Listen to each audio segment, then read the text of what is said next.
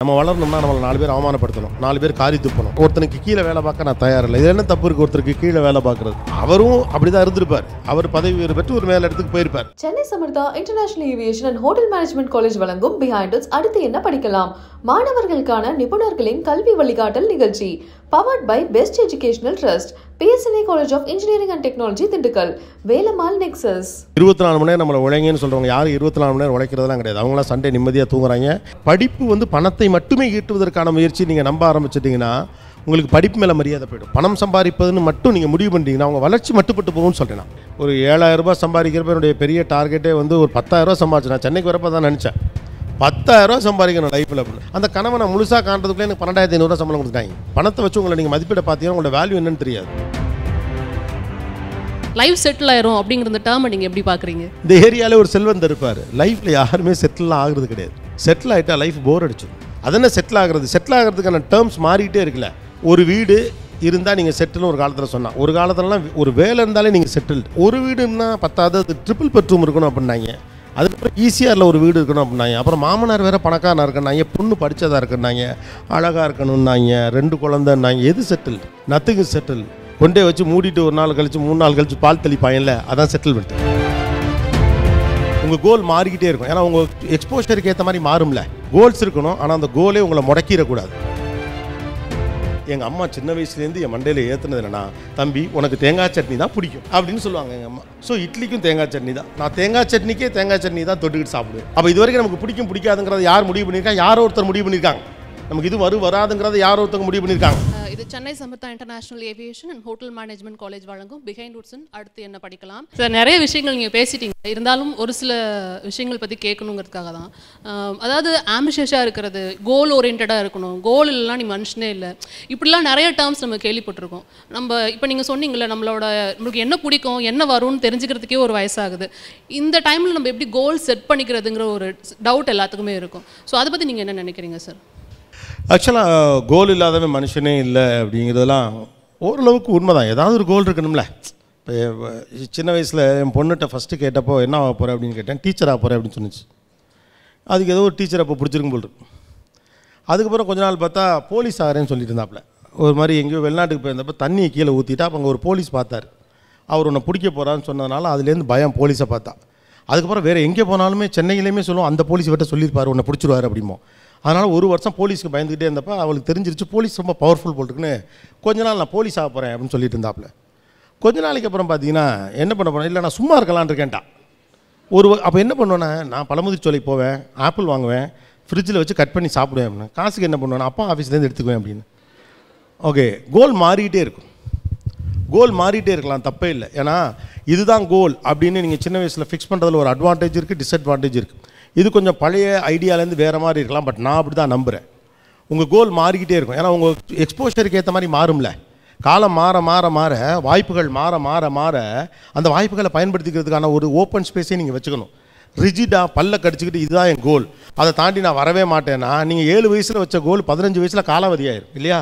முன்னாலாம் கூட ஒரு 7 வயசில் வச்ச கோல் 20 வயசுலாம் காலாவதி ஆகும். ஏன்னா உலகம் அவ்வளோ வேகமாக தான் மாறிச்சு. இப்போலாம் ஒரு செல்ஃபோனை வாங்கிட்டு வெளியில் வரையிலே சொல்கிறாங்க, இல்லைப்பா ஆப்பிள் அடுத்த எடிஷன் வெளியிட்டாங்க, நீ வச்சிருக்கிறது பழைய ஃபோனுங்கிறான்.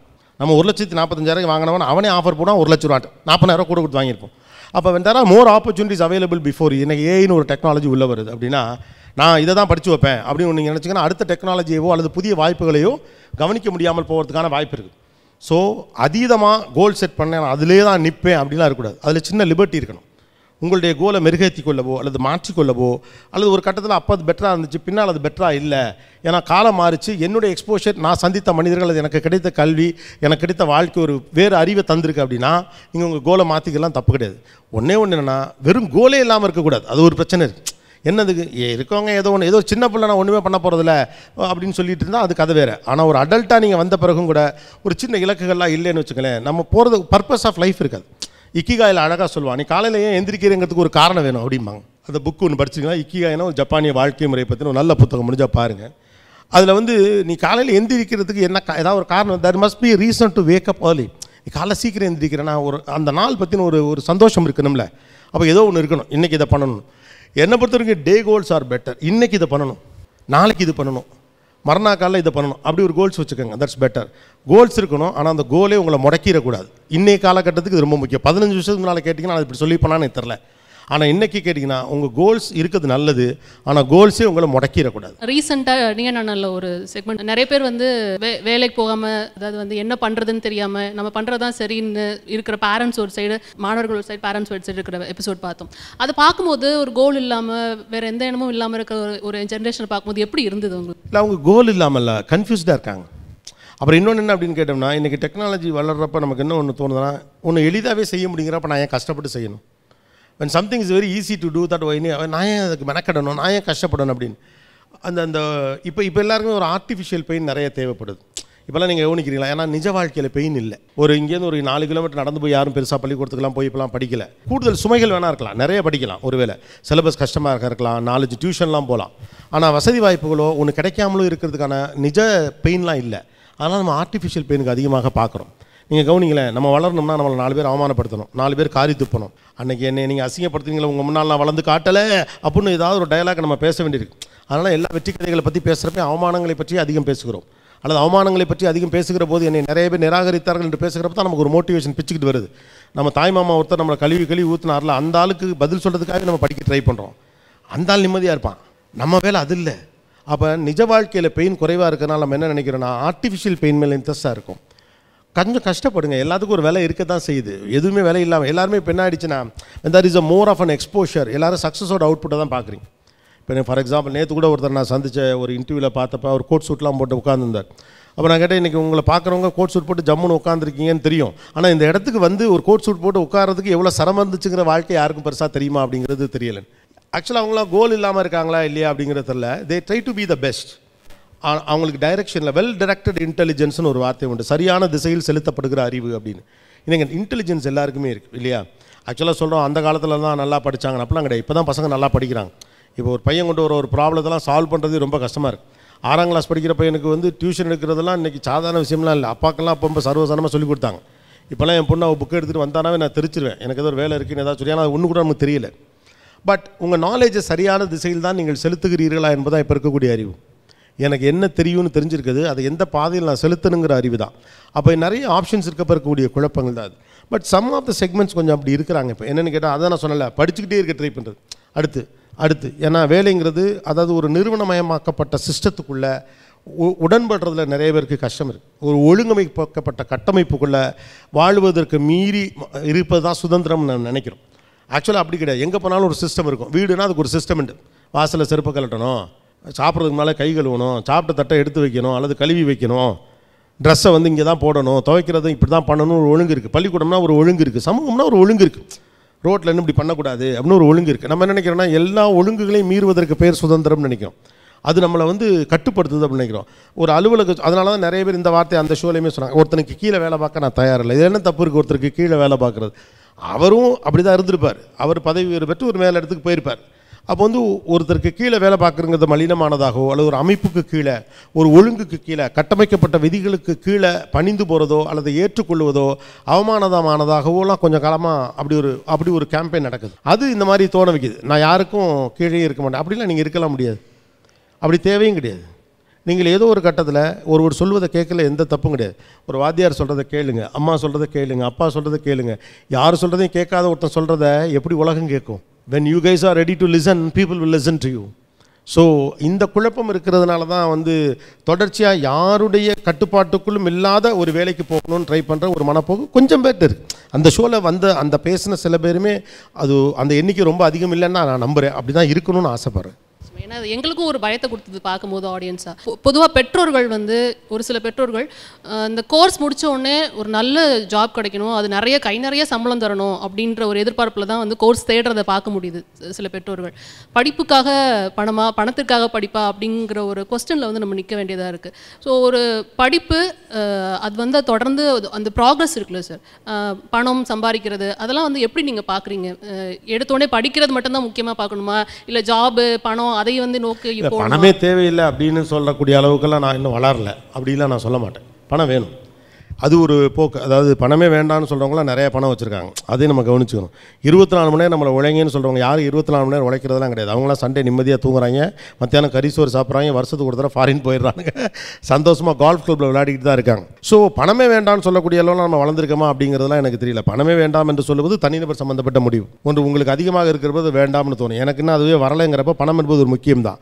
ஆனால் படிப்பு வந்து பணத்தை மட்டுமே ஈட்டுவதற்கான முயற்சி நீங்கள் நம்ப ஆரம்பிச்சிட்டிங்கன்னா உங்களுக்கு படிப்பு மேலே மரியாதை போய்டும். ஒன்று. ரெண்டாவது, வெறும் பணம் மட்டும் தான் அதுலேருந்து கிடைக்கும். அப்புறம் உங்களுக்கு சின்ன வயசுலலாம் பெருசாலாம் ஒரு பெரிய இதெல்லாம் இருக்காது. நான் வந்து ஒரு 7,000 ரூபாய் சம்பாதிக்கிறப்ப என்னுடைய பெரிய டார்கெட்டே வந்து ஒரு 10,000 ரூபா சம்பாதிச்சேன். நான் சென்னைக்கு வரப்போ தான் நினச்சேன் 10,000 ரூபா சம்பாதிக்கணும் லைஃப்பில் அப்படின்னு. அந்த கனவை, அந்த 10,000 ரூபா சம்பாதிச்சு நம்ம என்னென்னலாம் பண்ணணும், நம்ம அப்பப்பெல்லாம் கனவு காணுவோம்ல, அது மாதிரிலாம் நான் அடிக்கடி கனவெல்லாம் காணுவேன். 10,000 ரூபா சம்பாதிச்சு என்ன பண்ணணும்னு. அந்த கனவை நான் முழுசாக காண்றதுக்குள்ளே எனக்கு 12,500 ரூபா சம்பளம் கொடுத்துட்டாங்க. அப்போ உங்களோட வேல்யூ என்னென்னு உங்களுக்கு தெரியாது. பணத்தை வச்சு உங்களை நீங்கள் மதிப்பிட பார்த்தீங்கன்னா உங்களோட வேல்யூ என்னென்னு தெரியாது. ஸோ உங்களோட வேல்யூ பற்றி ஒரு கனவு காண்றது ரொம்ப நல்லாயிருக்கும் அப்படின்னு நினைக்கிறேன். அதுக்காக பணமே வேண்டாம், நீங்கள் வந்து படிச்சுப்படிலாம் வீட்டில் சும்மா இருங்கலாம் நான் சொல்ல தயாரில்லை. நம்ம வளரணும், நமக்கு தேவைப்படுது, பணம் தேவைப்படுது, அதற்கு படிப்பு ஒரு வகையில் உதவுகிறது. ஆனால் படிப்புடைய நோக்கம் விஸ்டம் தான், வெறும் பணம் சம்பாதிப்பது மட்டுமல்ல. பணம் சம்பாதிப்பதுன்னு மட்டும் நீங்கள் முடிவு பண்ணிட்டீங்கன்னா அவங்க வளர்ச்சி மட்டுப்பட்டு போகும்னு சொல்கிறேன். ஏன்னா உங்களுக்கு இப்போ இருக்கக்கூடிய கணக்கை வச்சு தான் தோணும் இல்லையா? இப்போ இங்கேயே கேட்டிங்கன்னா உங்களுக்கு ஒரு லாட்ரி தர்றேன், உங்களுக்கு எவ்வளோ விளையாடணும்னு கேட்டிங்கன்னா 1 கோடி பேர்னு சொல்லுவாங்க, 2 பேர். சில பேர் 4 கோடி ரூபா சொல்லுவான், மிஞ்சி போனால் 5 கோடி ரூபா சொல்லுவாங்க. 1000 கோடி ரூபாலாம் யாரும் சொல்ல போகிறதே இல்லை.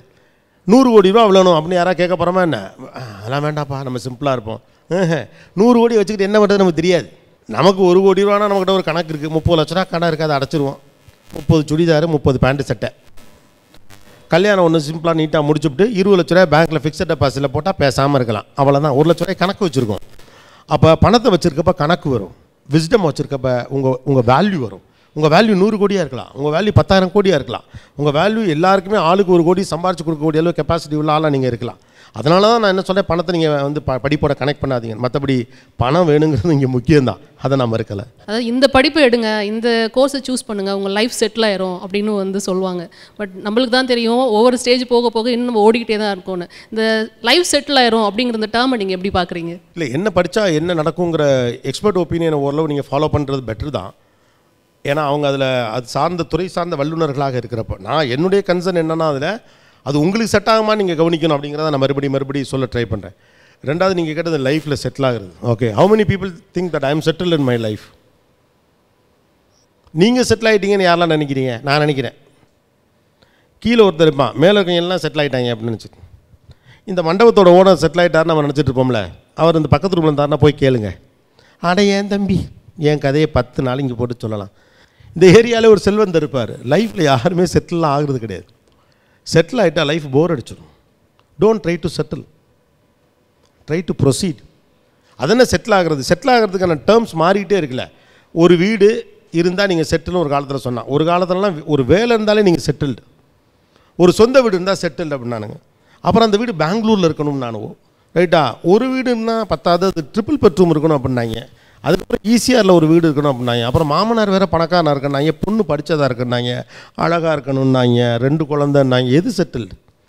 Nothing is settle. மைண்ட் அளவில் நீங்கள் செட்டிலாக ஃபீல் பண்ணிங்கன்னா, கன்வின்சிங்காக ஃபீல் பண்ணிங்கன்னா, திருப்தியாக இருந்தீங்கன்னா அதுதான் செட்டில்டு. அது 10 லட்சத்துலேயும் நடக்கலாம், 10 கோடியிலையும் நடக்கலாம். செட்டில் ஆகலாம் ட்ரை பண்ணாதீங்க. செட்டில் ஆக ட்ரை பண்ணிங்கன்னா லைஃப் போர் ஆயிரும். யாரும் லைஃப்பில் செட்டில் ஆகலை, யாரும் செட்டில் ஆக வேண்டிய அவசியமும் கிடையாது. கொண்டே வச்சு மூடிட்டு 1 நாள் கழிச்சு 3 நாள் கழிச்சு பால் தெளிப்பாங்கல்ல, அதான் செட்டில்மெண்ட்டு. அப்போயும் கூட வருஷம் நம்மளை கூப்பிட்டு எழுப்பி, ஏன்டா செத்த சனியை முடித்தவனே இவ்வளோ வேலை இருக்கல விட்டுட்டு போயிட்டேடான்னு வந்து திட்டிட்டு வேற போவாங்க. அதனால் அந்த திட்டு நிற்கிற நம்மளை ஒரு உலக நாள் மறக்கும்ல, அப்போ தான் நீங்கள் செட்டில் ஆகுறீங்க. I don't think that it's a myth according to my understanding. Settle ஆக முடியாது, ஆகவும் வேண்டியதில்லை நான் நினைக்கிறேன். உங்கள்கிட்ட கேள்வி கேட்கறதுக்காக ஆர்வமாக இருப்பாங்க. Good afternoon, I'm Nethra over here. நீங்கள் நிறைய பேரை மோட்டிவேஷ்னல் ஸ்பீச்சஸ் கொடுத்துருக்கீங்க, அதோட நிறைய பேரை ஏஜ் லிமிட்லாம் கிடையாது, நிறைய பேரை மோட்டிவேஷன் பண்ணியிருக்கீங்க. So who is your motivation and who inspired you? Many. யார் இன்ஸ்பயர் பண்ணியிருக்கா அப்படின்னு நான் இதுலேயுமே கூட என்னுடைய பெர்செப்ஷன் கொஞ்சம் தனி தான். நீங்கள் யாரையுமே ஒரு ரோல் மாடல்னு ஃபிக்ஸ் பண்ணிக்கலாம் வேண்டிய அவசியம் இல்லை. ஏன்னா முன்ன மாதிரிலாம் இல்லை, யார்கிட்டேருந்து இன்ஃபர்மேஷன் வருதுன்னே தெரில. இப்போ என் ஷோலேருந்து சர்வசாதாரணமாக ஒரு சின்ன பையன் ஒரு தகவல் சொல்லிட்டு போயிடுறான், இஸ் அன் இன்ஸ்பிரேஷன். ஓகே, ஒரு வடை வாங்க போகிற இடத்துல அங்கே உட்காந்து பக்கத்தில் இருக்க பாட்டி ஏதோ ஒன்று சொல்லுது. So there are informations available everywhere. So இவங்க தான் என்னுடைய ரோல் மாடல். அது ஹூ இன்ஸ்பயர்ட் யூ அப்படின்னா, அடிப்படையில் சின்ன வயசில் என்னை ரொம்ப இன்ஸ்பயர் பண்ணது எங்கள் அப்பா. Is my big inspiration. Don't give up. அப்படின்னு சொல்கிற ஒரு ஆட்டிடியூட் வந்து அவர்கிட்டேருந்து வந்தது. நிறைய நேரங்களில் என்னுடைய வாத்தியாருங்க, என்னுடைய teachers, some of my friends, நிறைய அன்னோன் பீப்புள் தான். ஸோ இன்ஸ்பிரேஷன்ஸை வந்து பெரிய ஆளுங்க தான் கொடுக்க முடியுங்கிறத நான் நம்பலை. நீங்கள் உங்களை இன்ஸ்பயர் பண்ணுற ஆட்கள் எல்லா இடத்துலையும் இருக்கிறாங்க. அப்படி நீங்கள் கவனிக்க ஆரம்பிச்சிங்கன்னா தெரியும், உங்களுடைய சக பயணி உங்களை இன்ஸ்பயர் பண்ணுவார். அவர் அது சாதாரணமாக உங்கள்கிட்ட சொல்லிட்டு போயிருப்பாங்க, என்ன நிறைய பேர் நீங்கள் என்னுடைய பெரிய இன்ஸ்பிரேஷன் அப்படிம்பாங்க. ஆக்சுவலாக அவங்க வந்து என்னை இன்ஸ்பிரேஷன் நினைக்கிறதுக்கான காரணம் அவங்க என்னை கவனித்ததுனால தெரியுது நான் ஏதோ ஒன்று ரெண்டு சொன்னேன். ஆனால் அவங்க கவனிக்காமல் விட்ட பல பேர் அவங்களுக்கு தேவைப்படக்கூடிய இன்ஸ்பைரிங் விஷயத்த சொல்லியிருப்பாங்க. ஸோ இன்ஹிபிஷன் இல்லாமல் எல்லாத்தையும் கவனிச்சிங்கன்னா will get lot of inspirations. எனக்குமே இன்ஸ்பிரேஷன் அப்பப்போ மாறி இருக்காங்க. அது ஒவ்வொரு காலகட்டத்தில் ஒரு காலகட்டத்தில் ரவி பெர்னாட் சார் பெரிய இன்ஸ்பிரேஷன் எனக்கு. ஒரு கட்டத்தில் பிரணாய் ராய் சார் ரொம்ப இன்ஸ்பிரேஷன், சுனில் சார் பெரிய இன்ஸ்பிரேஷன், ஜெகதீசன் சார் பெரிய இன்ஸ்பிரேஷன், ஜெயசீலன் சார் பெரிய இன்ஸ்பிரேஷன், என்னுடைய கலீக்ஸ் நிறைய இன்ஸ்பிரேஷன், இந்த சார் கூட நாகப்பான் சார் கூட எனக்கு ஒரு பெரிய இன்ஸ்பிரேஷன். இப்படி நிறைய இன்ஸ்பிரேஷன்ஸ் இருக்காங்க. என் ஷோவில் வந்து சின்ன சின்ன ஆட்கள், வெளியூர் ஆட்கள், கிராமத்து ஆட்கள், அவங்கெல்லாம் கூட பெரிய பெரிய இன்ஸ்பிரேஷன் தான். சில பேர் பார்த்தீங்கன்னா அவங்க ஒப்பீனியனை டப்புன்னு மாற்றுவாங்க. வரதட்சணை பற்றி ஒரு ஷோ வந்தப்போ ஷோவே முடிய போச்சு. கிட்டத்தட்ட 2 மணி நேரத்துக்கு அப்புறம் ஒரு பெரியவர் எழுந்திரிச்சு சூப்பராக ஒன்று சொன்னார், பொம்பளை பிள்ளைகளுக்கு சொத்து கொடுக்க வேண்டிய ஊரியாது, பொம்பளை பிள்ளைகளுக்கு சொத்தை கொடுத்தா எதுக்கு வரதட்சணை கேட்க போகுது அப்படின்ட்டார். டப்புன்னு முடிஞ்சு போச்சு கதையே. சொத்தை பிரித்து கொடுறா, என்ன 100 பவுன் 50 பவுன் கொடுத்து ஏமாத்துறா அப்படின்ட்டார். 5 கோடி ரூபா சொத்து இருக்குன்னா 2 கோடி ரூபா சொத்தை நீ பொண்ணுக்கு கொடுத்துட்டா அவன் உன்ட்ட கேட்க போகிறா, எனக்கு வீடுதா, எனக்கு ஏன் நகை போடலை, எனக்கு ஏன் பொங்க சீர் வைக்கலாம், உன்னை கேட்க போகிறதில்ல. ஷோவுடைய 3.5 மணி நேரம் கழித்து ஒரு பெரிய வந்து சொல்கிறார், இட்ஸ் பிக் இன்ஸ்பிரேஷன். அது வரைக்கும் யாருக்கும் அந்த தாட்டே வரல. தமிழ்நாடு வந்து சொத்து கொடுக்கணும்னு சொல்லி சட்டமாக்கின ஊர். அந்த ஊரில் உட்காந்துக்கிட்டு பொண்ணோட சொத்தை பற்றி தான் நம்ம பேசியிருக்கணும். ஆனால் அங்கே உட்காந்து ஏன் நகை கேட்குற, ஏன் வீடு கேட்குற, ஏன் காரு கேட்குறேன்னு பேசிகிட்டு இருக்க. அவர் தெளிவாக சொன்னார், பொண்ணுக்கு நீங்கள் சொத்தை கொடுத்துருங்க தம்பி, பொண்ணு கேட்காது அப்படின்னார். Is an inspiration who made me to think another way or in the right way. So the inspiration is available everywhere. Are you ready to receive it? That's it. If I am your inspiration, I'm happy. அதெல்லாம் நான் ஒன்றும் மாடஸ்டாக இருக்க விரும்பலை. I'll be very happy when somebody say that you are my inspiration, so good. But there are a lot of inspirations. They may not be popular. நான் போகிற இடத்துலலாம் ஒரு கதை சொல்லுவேன். எங்கள் அம்மா ஒவ்வொருத்தரையும் யூடியூப்லலாம் அதை பார்த்துட்டு என்னை திட்டு, ஏன்டா என்ன இப்படி பண்ணுற அப்படின்னு. எனக்கு சின்ன வயசுலேருந்து தேங்காய் சட்னி தான் பிடிக்கும்னு நான் ஒரு 25-30 வயசு வரைக்கும் நம்பிட்டு இருந்தேன். ஏன்னா எங்கள் அம்மா சின்ன வயசுலேருந்து என் மண்டையில் ஏற்றுனது என்னென்னா, தம்பி உனக்கு தேங்காய் சட்னி தான் பிடிக்கும் அப்படின்னு சொல்லுவாங்க எங்கள் அம்மா. ஸோ இட்லிக்கும் தேங்காய் சட்னி தான், நான் தேங்காய் சட்னிக்கே தேங்காய் சட்னி தான் தொட்டுக்கிட்டு சாப்பிடுவேன். அந்த லெவலுக்கு தேங்காய் சட்னி எனக்கு, because my mom told me that I like thengai chutney, not just me. ஆனால் எங்கள் அண்ணங்கிட்ட இதை சொன்னாங்க, எங்கள் அண்ணன் அந்த ஒர்க்கை ஒத்துக்கலை. அவன் சின்ன வயசுலேயே ஹாஸ்டல் போயிட்டான். அவன் அதுக்கப்புறம் போயிட்டு வந்து எனக்கு தேங்காய் சட்னி பிடிக்காதுன்ட்டான். நான் வீட்டிலே கைக்குள்ளே வளர்ந்த பையன். சார் நான் ரொம்ப காலம் வரைக்கும் எங்கேயாவது ஹோட்டலில் வேறு கலரில் எந்த சட்னியை பார்த்தாலும் நோ சாரிங்க என்றேன், ஒன்லி தேங்காய் chutney. Because my mom told me எனக்கு தேங்காய் சட்னி ரொம்ப பிடிக்கும். உனக்கு தான் பிடிக்கல தம்பி, பிடிக்கல தம்பி. அப்புறம் நான் வெளியே திரும்ப போய் நம்மளும் கொஞ்சம் மாதிரி மீடியா கடியாக்கெல்லாம் வந்தால் நமக்கு வலிந்து சமைச்சு சாப்பிடுங்க, உங்களுக்காக நான் இது செஞ்சேன் அப்படின்னு சொல்லுவாங்க. நான் சில ஹோட்டல்ஸ்லாம் போகிறப்ப கூட, அண்ணன் உங்களுக்காக அதை செஞ்சேனேன்னு சொல்லிட்டு அந்த செஃப்லாம் கூட வந்து கொடுப்பாங்க. சில வேளை நீ எனக்கெல்லாம் பிரியமாக அது எந்தோ ஒரு வாரத்தில் நம்ம இருமிருப்போம், பிள்ளைக்கு முடியலைன்னு சொல்லிட்டு ரசம் சாதம் வச்சு எடுத்துகிட்டு வர பாட்டிங்கெல்லாம் இருக்காங்க. அவ்வளோ நல்ல மனுஷங்க நம்ம ஆளுங்க. அந்த எபிசோடு எடுத்து 6 மாதம் இருக்கும். ஆனாலும் கூட புள்ள போன வாரம் இருந்துச்சேன்னு ஆசையாக எடுத்துகிட்டு வருவாங்க. அப்படி நமக்குன்னு வந்து நீங்கள் சாப்பிடுங்க சொல்லி ஆரம்பித்த பிறகு தான் தெரிஞ்சு இருக்கிறதே கன்றாவி தேங்காய் சட்னி தான். ஐ ஃபவுண்ட் தட் தேங்காய் chutney is not my choice அப்படின்னு எனக்கு தெரிகிறப்போ எனக்கு 25 வயசு ஆயிடுச்சு. ஒரு நாள் போய் எங்கள் அம்மாட்ட நான் கேட்டேன், ஏம்மா 25 வருஷமா எனக்கு தேங்காய் சட்னி பிடிக்கும்னு நம்ப வச்சு இந்த தேங்காய் சட்னியை மட்டுமே நான் சாப்பிட வச்சுட்டியம்மா ஏம்மா அப்படின்னப்போ எங்கள் அம்மா ரொம்ப சிம்பிளாக ஆஃப்டர் 25 ஷீ செட், இல்லைடா தம்பி உங்கள் அப்பாவுக்கு தேங்காய் சட்னி தான் பிடிக்கும். ஸோ இப்போ நீங்கள் ஆளுக்கு ஒன்று கேட்டிங்கன்னு வச்சுக்க, உங்கள் அண்ணன் ஒன்று கேட்பான், நீ ஒன்று கேட்ப, உங்கள் அப்பா ஒன்று கேட்பாரு, நான் 3 சட்னியாடா செய்ய முடியும், அதனால் மொத்தமாக குடும்பத்துக்கே தேங்காய் சட்னி பிடிக்கும்ட்டேன், அவ்வளோதான். அப்போ இது வரைக்கும் நமக்கு பிடிக்கும் பிடிக்காதுங்கிறத யார் முடிவு பண்ணியிருக்காங்க? யாரோ ஒருத்தர் முடிவு பண்ணியிருக்காங்க. நமக்கு இது வராதுங்கிறத யாரோ ஒருத்தங்க முடிவு பண்ணியிருக்காங்க. உனக்கு சைக்கிள், சில பேர்லாம் சைக்கிளை ஓட்ட மாட்டாங்க, பார்த்துருக்கீங்களா இல்லையா? சில பேர்லாம் பாருங்கள் கார்லாம் சூப்பராக ஓட்டுவாங்க, விட்டா ஃப்ளைட்டே ஓட்டுவாங்க, ஆனால் சைக்கிள் மட்டும் ஓட்ட மாட்டாங்க. உங்களுக்கு ஓட்ட வராதா? ஏன்னா முதல்ல கற்றுக் கொடுத்த ஒருத்தர் இருந்திருப்பான். 3 தடவை நீங்கள் கீழே விழுந்தவனே உனக்கெல்லாம் செம்மத்துக்கு சைக்கிள் ஓட்ட வராதுமா. அவனுக்கு அன்றைக்கி முடியாத ஒரே காரணம் அவன்கிட்ட சொன்ன உடனே அந்த படுபாவி சொன்னதை நம்ம நம்பிடுவோம். நம்ம நம்பினதுனால எனக்கு தெரிஞ்ச அப்படி பல பேர் இருக்காங்க. என் ஃப்ரெண்டெல்லாம் ஒருத்தர் இருக்கான், பிரச்சனைனா அவனை தான் கூப்பிடுவோம். பிரச்சனைனா வந்து இன்னும் ஒத்தாலான்னு அவ்வளோ பேர் சண்டையெல்லாம் அடிப்பான். கோயில் திருவிழாலாம் ஒத்தாலான்னு 10 பேர் அடிக்கிறவன், ஆனால் சைக்கிளில் மட்டும் பின்னால் தான் உட்காந்து போவான். கடைசி வரைக்கும் அவன் வச்சிருந்த சைக்கிளுக்கு டிரைவர் வச்சுருந்த ஒரே ஆள் அவன் தான். அவன் கார்லாம் சொந்தமாக வாங்கின பிறகு தான், ஏன்டா இப்போ ஓட்டுறான், இல்லை மாப்பிள்ள இதில் 4 வீல் இருக்குது எப்படி விழுகாதுல அப்படின்னு சொல்லிட்டு. ஏன்னா someone told him that you can't do this. அப்போ உங்களால் முடிந்தது முடியாது, உங்களுடைய இயல்பான பலம் என்ன, உங்களுடைய இயல்பான ரசனை என்ன என்பது குறித்த புரிதல் உங்களுக்கு இருக்கிறதா இல்லையா என்பது ரொம்ப முக்கியமான கேள்வி இல்லையா? அப்போ முதல்ல go and check that what is your natural fitness. சிலருக்கு கணக்கு வரும், சிலருக்கு கவிதை வரும், சிலருக்கு அறிவியல் வரும், சிலருக்கு தமிழ் வரும், சிலருக்கு மண்ணியல் ஜியாலஜி வரும், சிலருக்கு ஜியாகிரஃபி வரும், சில பேருக்கு ஒன்றும் வராது இல்லையா? ஒன்றும் வராதவன் படிக்கிறது கூட இப்போ கோர்ஸ்லாம் இருக்குது. ஒன்றுமே வராதுன்னா வேறு என்ன வரும்னு பாருங்கள். ஏன்னா எதுவுமே வராமல் ஒருத்தர் இருக்க வாய்ப்பே இல்லை. அவனுக்கு ஒன்றுமே வராதுன்னு சொல்கிறானுங்கள, அவனுக்கு கூட ஏதோ ஒன்று வரும். மண்ணாங்கட்டி அப்படிமா, அது கூட எதுக்கும் யூஸ் ஆகித்தானே இருக்குது. அப்போ ஒன்றுமே வராதுன்னா அப்போ என்ன வரும்னா இனிமேலாவது கண்டுபிடிக்கணும். என்ன மாதிரி 25 வயசில் தேங்காய் சட்னி எனக்கு பிடிக்காது அப்படின்னு கண்டுபிடிச்சி தெருவா எனக்காவது இந்த வாய்ப்பு கிடச்சது ஊர் முழுக்க நான் போய் சொல்கிறேன். இப்போ கூட எங்கள் அம்மா இது பிகின் நூட்ஸில் வர்றப்போ ஒரு வேளை பார்த்துச்சுன்னா ஏன்டா இப்படி பண்ணுற அப்படின்னு நான் எங்கள் அம்மாட்ட சொன்னேன், நீ என்னை 25 வருஷம் பழி வாங்கியிருக்கேன், ஒன்றே ஒரு 25 வருஷம் நான் பழி வாங்குவேன். இப்போ ஒரு 12-13 வருஷமாக இதை போகிற மேடையிலாம் நான் சொல்லி எங்கள் அம்மா நான் பெருமைப்படுத்திக்கிட்டே இருக்கேன். எங்கள் அம்மா எனக்கு தேங்காய் சட்னி பிடிக்கும்னு சொல்லிச்சு. ஸோ அதெல்லாம் பீப்புள்.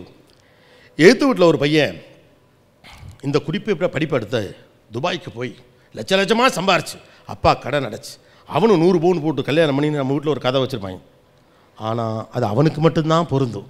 அதே கதையை திரும்ப நம்ம படமாக எடுக்க முடியாது, நாம் புது படம் தான் எடுக்கணும். அவன் பிஇ மெக்கானிக்கல் படித்த ஒரே காரணத்துக்காண்டி நாமும் பிஇ மெக்கானிக்கல் படிச்சுட்டு அவன் கட்டின பொண்ணோட தங்கச்சியை கட்டி போட்டாலும் கட்டலாம் முடியாது. ஓகே, படம் சூரிய வம்சம்லாம் கிடையாது, ஒரே சாங்லாம் டெவலப்லாம் ஆக முடியாது, அதுக்கு ஒரு டைம் இருக்குது. So fine what is the natural fitness and what is your strength which excites you more matters.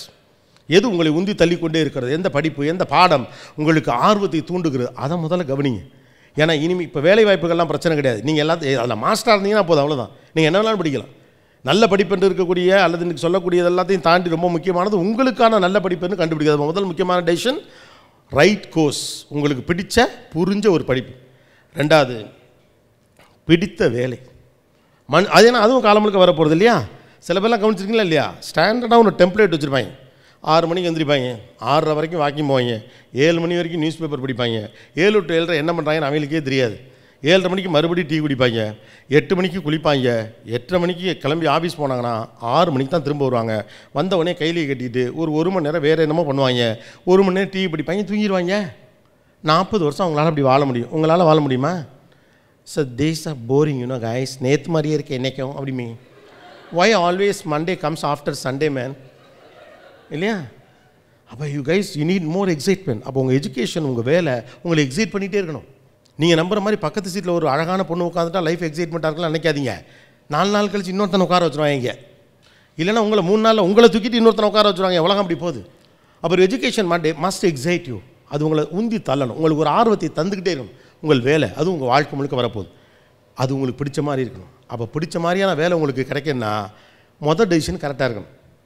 இல்லைனா வேண்டாம் வெறுப்பா பிள்ளையை பார்த்து காண்டாமிருகன்னு பேர் வச்ச கதையை ஏதோ ஒரு கர்மத்தை படிச்சுட்டு ஏதோ ஒன்றை பண்ணிக்கிட்டு சரி வந்து தின்னுட்டு விதி வந்தால் சாவும் அப்படிங்கிற மாதிரி கடைசி வரைக்கும் தேங்காய் சட்னியை தொட்டுக்கிட்டே வாழ்ந்துட வேண்டியதுதான். இந்த 2 டெசிஷனோட 3வது முக்கியமான டெசிஷன் ஒன்று இருக்குது, அதுதான் ரொம்ப முக்கியமானது. பிடித்த வாழ்க்கை துணை. யாரோ ஒருத்தர் மேரேஜ் அப்படின்றாங்க.